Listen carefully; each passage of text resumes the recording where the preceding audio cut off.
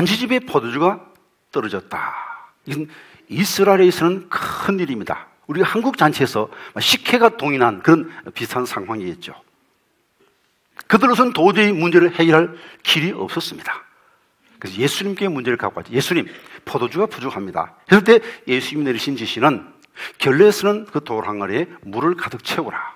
그래서 물을 채웠더니 이제는 떠서 연회장에 갖다 주라. 갖다 주었더니 최상의 극상품 포도주로 바뀌어져 있었습니다. 모자람의 문제가 해결되고 큰 기쁨의 잔치가 계속될 수 있다는 내용이죠. 그리고 예수님이 참 포도나무고 우리가 가지라는 이 선언 속에는 예수님과 우리와의 관계는 생명적 관계라는 것입니다.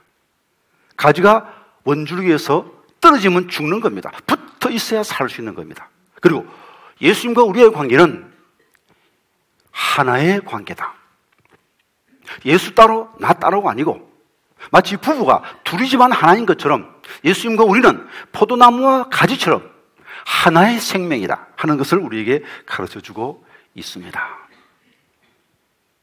그리고 하나님을 농부로, 예수님을 포도나무 나무로, 우리를 가지로 표현하고 있는데, 농부는 풍성한 열매가 맺기를 바라죠.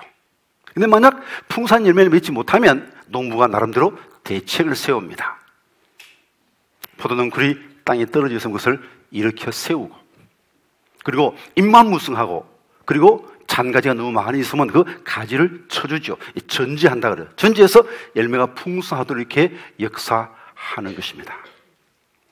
그런데 열매를 맺지 않는 가지를 재버리시고 열매를 맺는 가지를 더 많이 열매 맺도록 가지치기를 해준다고 말씀하시는데, 이 제거한다는 이 단어가 이 아이로라는 단어인데, 헬라어로 아이로라는 이 단어는 크게 두 가지 뜻이 있습니다. 하나는 들어 올리다는 뜻이 있고 또 하나는 제거한다는 뜻이 있습니다.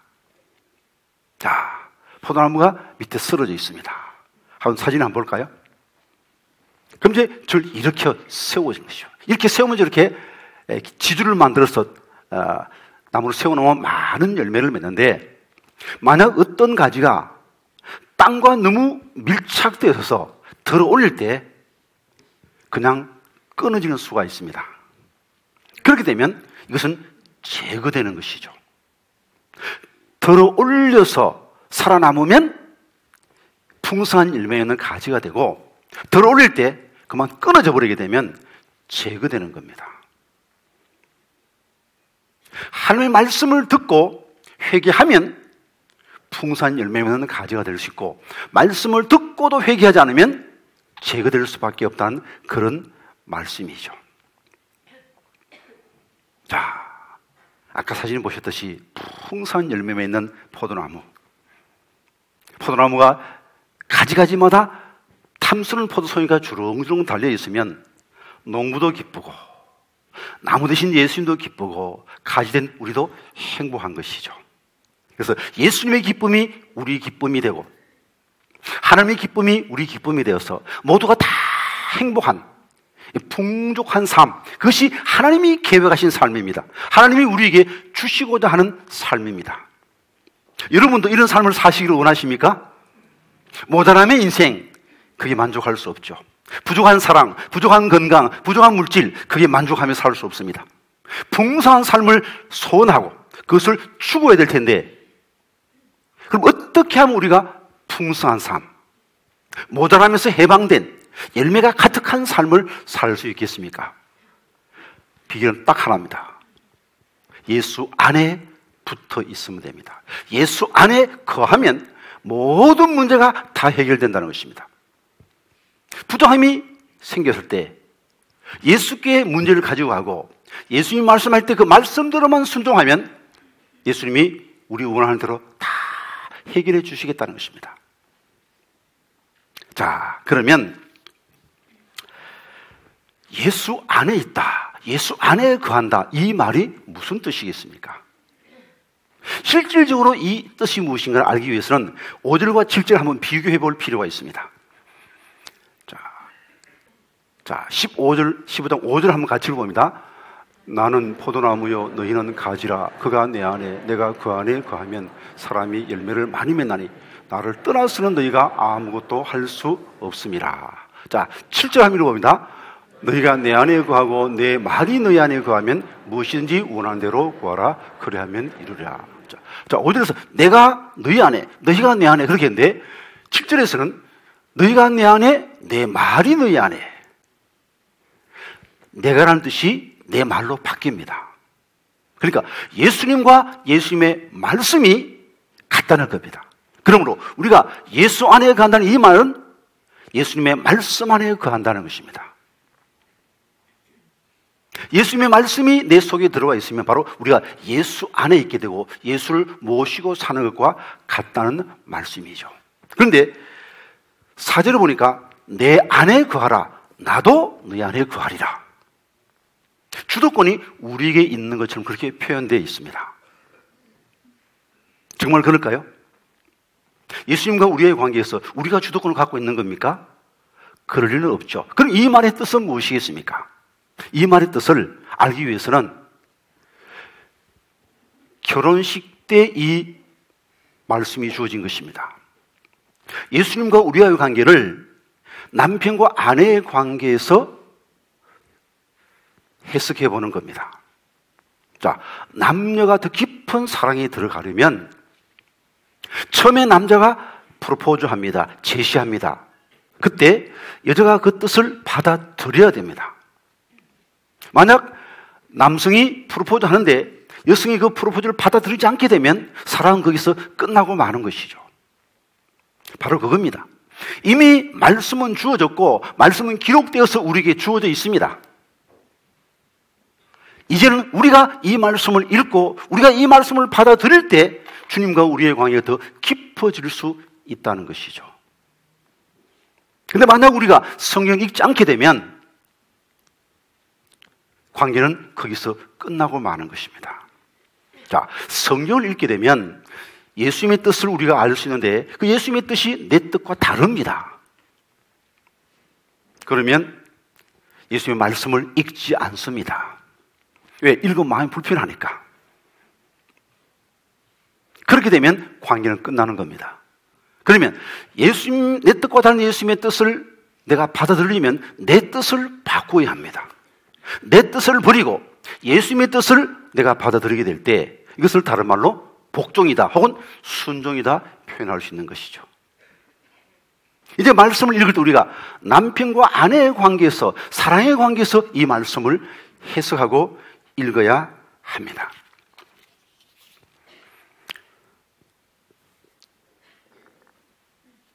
영적인 지도자인 존 비비어가 한 번은 조용히 기도하고 있는데 성령께서 개인적으로 이렇게 말씀하시는 겁니다. 요한복음 14장 15절을 읽어라. 요한복음 14장 15절 뭔가 찾아보고 내용을 쭉 읽었습니다. 자, 비비가 읽은 내용을 우리가 같이 한번 읽어보겠습니다. 중요한 부분만 추려서 같이 읽어봅니다. 너희가 나를 사랑하면 나의 계명을 지키리라. 나의 계명을 지키는 자라야 나를 사랑하는 자니 나를 사랑하는 자는 내 아버지께 사랑을 받을 것이요 나도 그를 사랑하여 그에게 나를 나타내리라. 예수께서 대답하여 이르시되 사람이 나를 사랑하면 내 말을 지키리니 내 아버지께서 그를 사랑하실 것이요 우리가 그에게 가서 그처를 그와 함께 하리라. 나를 사랑하지 아니하는 자는 내 말을 지키지 아니하나니 너희가 듣는 말은 내 말이 아니요 나를 보내신 아버지의 말씀이니라. 이 말을 듣고 비비아는 이렇게 결론 내립니다. 내가 하나님의 말씀을 지킴으로 내가 하나님을 사랑한다는 것을 입증할 수 있겠구나. 그렇게 받아들였죠. 그런데 이때 성령이 조용히 말씀합니다. 너 말씀의 본뜻을 이해하지 못했다. 다시 읽어라. 다시 읽었습니다. 다시 읽어도 여전히 그대로입니다. 아직도 이해하지 못했다. 다시 읽어라. 또 읽었습니다. 여전히 다시 읽어라. 다시 읽어라. 7번, 8번 계속 읽어도 계속 본문의 뜻을 이해하지 못했다는 겁니다. 나중에 막 화가 났습니다. 하나님, 이 종이 밀려서 하나님의 뜻을 깨닫지 못하고 있습니다. 하나님 뜻을 가르쳐 주십시오. 기도하면서 다시 또 읽었습니다. 그때 영어 성경 각주에 있는 그 말씀이 눈에 뜨였습니다. 나를 사랑하면 내 계명을 지키리라 할 때 You will keep. 나를 사랑하면 내 계명을 지켜라. 명령형이 아니고 You will keep. 지키게 될 것이다. 그렇게 나와 있는 겁니다.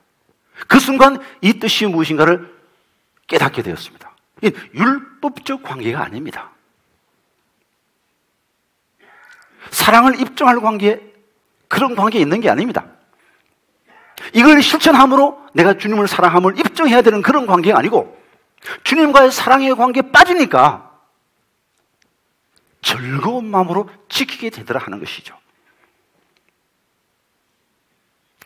여성들이 입부하게 되면 그때 먹고 싶은 것은 남편이 갖다 줘야 되는 것이죠. 근데 어떤 여성이 입덧하는데 밤 10시가 넘었는데 여보나 냉면이 먹고 싶어. 왜 우리가 늘 가던 그 골목에 있는 그 단골 냉면집 그 냉면 먹고 싶네. 그래가지고 남편이 문 닫았을 텐데 하면서도 가보니까 마침 불을 다 끄고 문을 잠기 직전입니다. 그래서 사정을 이야기하고 죄송합니다. 냉면 한 그릇만 좀 만들어 주시라고. 그랬더니 마음씨 좋은 주인 아주머니가 나도 입다는 그 심정 잘 알지요. 뭐 단골 좋다는 게 뭡니까? 하면서 이렇게 냉면을 새롭게 만들어 줬습니다. 그래서 아내가 들더니 아내가 맛있게 먹습니다. 그 모습 보고 남편도 행복했지요. 자, 그때마다 어떤 사람이 이 남편에게 묻기를 그때 힘들었냐고 창피했느냐고 물으면 어떻게 대답하시겠습니까? 아니요. 조금도 힘들지 않았습니다. 조금도 창피하지 않았습니다. 그래서 나의 기쁨이고 영광이었습니다. 그렇게 말하겠죠. 여러분, 사랑하면 말씀을 읽고 그 말씀의 뜻을 내 뜻으로 받아들이는 것이 힘들지 않습니다. 사랑하면 내 뜻보다는 상대방의 뜻이 더 중요하게 여겨져서 기꺼이 내 뜻을 꺾고 상대방의 뜻을 내 뜻으로 받아들이게 됩니다. 그것이 바로 사랑의 관계죠. 그래서 그런 사람을 위해서 상대방은 목숨까지 버릴 수 있는 겁니다. 주님과 우리와의 관계를 남편과 아내의 관계에서 우리가 늘 생각할 필요가 있습니다. 에베소에 있는 말씀 한번 같이 읽어봅니다. 아내들이여 자기 남편에게 복종하기를 죽게 하듯 하라. 이는 남편이 아내의 머리됨이 그리스도께서 교회의 머리됨과 같음이니 그가 바로 몸의 구주시니라. 그러므로 사람이 부모를 떠나 그의 아내와 합하여 그들이 한 육체가 될지니 이 비밀이 크도다. 나는 그리스도와 교회에 대하여 말하노라. 바울은 에베소에서 남편과 아내의 관계를 말하면서 곧 그리스도와 교회의 관계라고 말하고 있는 겁니다. 우리가 정말 주님을 사랑하면 주님을 두려워할 줄 알아야 됩니다. 성경은 분명히 하나님을 사랑하라고 명령하죠. 마음을 다하고 목숨을 다하고 뜻을 다하여 주 내 하나님을 사랑하라 명령합니다. 그러나 동시에 성경 우리에게 하나님을 두려워하라고 명령하고 있습니다. 세 군데 말씀을 함께 같이 읽어봅니다. 그런즉 사랑하는 자들아 두려워하는 가운데서 거룩함을 온전히 이루어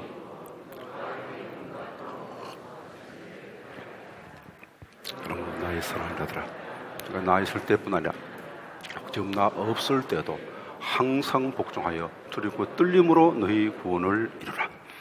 그러나 너희 마음의 허리를 동이고 근신하여 예수 그리스도께서 나타나실 때 너에게 가져주실 은혜를 온전히 바랄지어다. 내가 순종하는 자식처럼 전에 알지 못할 때에 따르던 너희 사역을 본받지 말고 오직 너희를 부르신 거룩한 이처럼 너희도 모든 행실에 거룩한 자가 되라. 기록되었을 때 내가 거룩하니 너희도 거룩할지어다 하셨느니라. 외모를 보시지 않고 각 사람의 행위대로 심판하신 이를 너희가 아버지라 부른즉 너희가 나그네 있을 때를 두려움으로 지내라. 거룩한 두려움으로 지내려면 목표가 높아야 됩니다. 목표가 낮으면 그저 선한 것 추구하는 삶, 선하냐 선하지 않냐 누가 판단합니까? 내가 판단하는 거예요. 그런 삶에는 두려움이 없을 수 있습니다. 그러나 하나님의 뜻이 무엇인가? 그 뜻을 추구하고 하나님이 원하시는 최선의 삶을 살기를 원한다면 거룩한 두려움이 있을 수밖에 없는 것이죠. 얼마 전에 청년 알파를 끝냈는데 이 알파 중에 제일 중요한 것이 바로 Ask anything, 무엇이든 물어보세요. 무엇인지 물어볼 수 있는 그런 자유질문 시간이 있습니다. 아주 유용한 그런 성경 공부 방법인데 아직 알파하지 못한 분들은 다음 기회에 주시면 꼭 참석하십시오. 아주 도움이 될 겁니다. 자, 청년들이 질문합니다. 목사님, 술 먹는 것이 죄가 됩니까? 안 됩니까? 예수 믿는 청년이 담배 피우고 나이트클럽 가는 것 죄입니까? 죄가 아닙니까? 제가 어떻게 대답했을 것 같습니까? 그 참 질문이 묘하구나. 이것은 마치 학생이 교수님에게 교수님, 어떻게 하면 나 F학점 안 맞을 수 있나요? 그렇게 질문할 것 마찬가지다.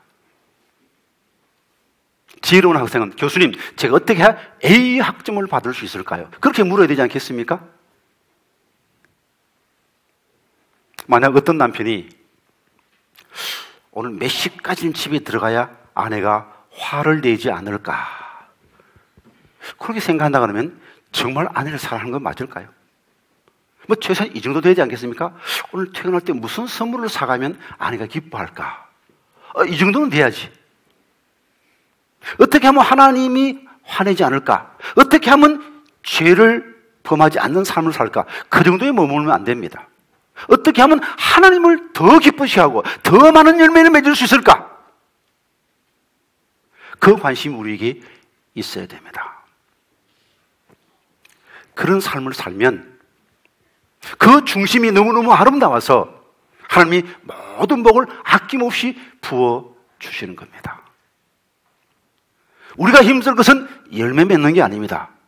우리가 힘쓸 것은 주님께 붙어 있는 것이고 주님께 붙어 있다는 것은 말씀과 함께 있는 것입니다. 힘써 말씀을 읽으면 말씀이 여러분을 변화시키고 말씀이 여러분에게 사랑도 주고 능력도 주고 지혜도 주고 인내하는 힘도 주어서 모든 문제를 넉넉히 이기고 승리하는 삶을 살게 해 주시는 겁니다. 한 사람이 여러 사람을 죽인 그런 경우가 몇 번 있는데 최초로 한국에 여러 사람을 죽인 이 살인마로 유명한 사람이 바로 고재봉이라는 살인자가 있습니다. 이 사람은 군인인데 대장 관사에서 심부름을 하고는 돌아올 때 물건 하나를 훔치고다가 가정부한테 들켰어요. 가정부, 야, 이 도둑놈아! 그러면서, 야, 너 전에 군화 훔쳐가도 네가 훔쳐간 거지. 그 관사에서 잃어버린 모든 것을 이 사람이 다 뒤집어 씌우는 겁니다. 아니야, 나 이번에 처음, 이거 하나밖에 처음이에요, 처음. 거짓말 하지 마. 그래서 막 욕을 하면서 도도로 몰아세워서 너무 화가 나서 마침 옆에 도끼가 있어. 도끼가 들고, 야, 너 까불면 죽어? 그랬단 말입니다. 그랬더니 이 가정부가 대장이 다 고발을 했고 대대장은 독이 들었다 그래가지고 살인 미수죄로 고발한 겁니다. 그래가지고 육군교도소에서 7개월간 복역하게 됩니다. 너무너무 억울했습니다. 너무너무 원통한 거예요. 그래서 성이 박씨한테 이 박중영 놈 나 출소하면 죽인다고. 그리고 출소하자마자 이른 새벽에 찾아갑니다. 그리고 도끼로 6 식구를 다 죽입니다. 그런데 알고 보니까 박중영은 다른 부대로 전속하고 새로운 대장 이중영이 와 있는데 이중영 식구를 죽인 겁니다. 그런 사형을 선고받습니다. 모든 희망이 끊어졌습니다. 아주 흉포합니다. 막 발악하면서 막 감옥 속에서 막 소리 지르고 하니까 교도 관장이 못하나 이렇게 들어올 때 눈을 찔러버렸습니다. 그래서 한번 그 간수도 벌벌 떠는 그런 흉악범이 됩니다. 그때 기독교 서에서 일하고 있는 이 안국선이라는 전도사님이 너무너무 그 인생이 불쌍했어요. 그래서 미연해합니다. 그리고는 요한복음 3장 16절 읽어주고 하나님이 세상을 이처럼 사랑하사 하나님 당신도 사랑하십니다. 나나 당신이나 다 같은 죄인입니다. 당신도 회개하고 예수 믿으면 영원한 생명 얻을 수 있습니다. 설교했습니다만 나 금방 죽을 테니 뭐 영원한 생명 무슨 얼어 죽을 영원한 생명이냐 들은 척도 하지 않습니다. 할 수 없이 신약 성경 주면서 이 책 꼭 읽어보라 부탁하고는 나왔습니다. 이제 독방에 혼자 지내니까 심심하죠. 그래서 성경을 뒤적뒤적 보니까 하나님이 세상을 이처럼 사서 미친 그 사람이 그 한 말이네 하고 쭉 읽어보니까 구원을 얻으리라. 구원이 뭘까? 영생을 얻으리라. 나도 영원한 생명 얻을 수 있을까? 호기심이 생기기 시작합니다. 그때부터 성경 읽기 시작합니다. 성경 읽으면서 점점 성경 속에 빠져들어갑니다. 오늘 드디어 성령이 그를 사로잡습니다. 회개하고는 새 사람이 됩니다. 내가 진작 이 말씀을 알았더라면, 내가 진작 예수 믿었더라면 이런 끔찍한 죄를 짓지 않았을 터인데, 그래, 지금은 늦지 않았다. 이 교도소에 있는 다른 사람들은 이런 끔찍한 죄에 빠지지 않게 내가 전도해야 되겠다. 그리고는 그때부터 열심히 전도하기 시작합니다. 당신도 예수 믿어라. 당신도 성경 읽어보라. 열심히 전도합니다. 그래서 죽기 전까지 1,800명에게 전도합니다. 워낙 흉악범 범이 180도 확 바뀌니까 이 바뀐 삶이 전도에 크게 유리하게 작용해서 많은 사람이 고대병이 저렇게 변했다면 그 예수 진짜다 하고 많은 사람이 예수 믿기 시작했습니다. 더 많은 사람이 전도하고 싶었지만 그에게 죽음의 날이 생각보다 일찍 돌아왔습니다. 그런 마지막 부탁합니다. 제가 웃을 때 총을 쏘아주십시오. 총살형 당하니까요. 군인이니까. 눈을 가린 채로 찬송합니다. 인내하신 구세주여 내가 비오니 죄인 오라 할 때 나를 부르소. 눈물을 철철 흘리며 찬송합니다. 참았을 수가 없잖아요. 웃을 때 쏘아달라 했잖아요. 그런데 후령을 넘어갑니다. 주여 주여 내 말 들으사 죄인 오라 하실 때 나를 부르소서 할 때 얼굴에 미소가 번집니다. 기쁨이 가득 찹니다. 지금 죽어도 예수 때문에 천국 갈 수 있다는 분명한 확신이 그의 얼굴에 기쁨이 충만하게 만들었습니다. 그 순간 탕 하는 소리와 함께 그는 주님 품으로 돌아갔습니다. 비록 흉악범이었지만 말씀을 읽을 때 말씀이 그의 삶을 변화시켰습니다. 그의 삶을 열매가 풍성한 삶으로 만들어 주셨습니다. 여러분이 말씀을 읽으면 말씀이 여러분의 삶을 변화시킵니다. 말씀이 여러분의 삶을 맹물 같은 삶을 포도주 같은 삶으로 바꾸어 주실 것입니다. 힘을 내어서 열심히 성경을 읽으십시오. 예수 안에 거하기를, 말씀 안에 거하기를 힘쓰십시오. 그래 더 이상 모자람의 삶 속에서 고통을 당하지 마시고 풍성한 기쁨, 풍성한 승리, 주님께 영광 돌리고 많은 사람에게 기쁨을 주고 나 또한 기쁨을 누리는 놀라운 승리의 삶을 사시는 복된 성도님들 다 될 수 있기를 간절히 기원드립니다.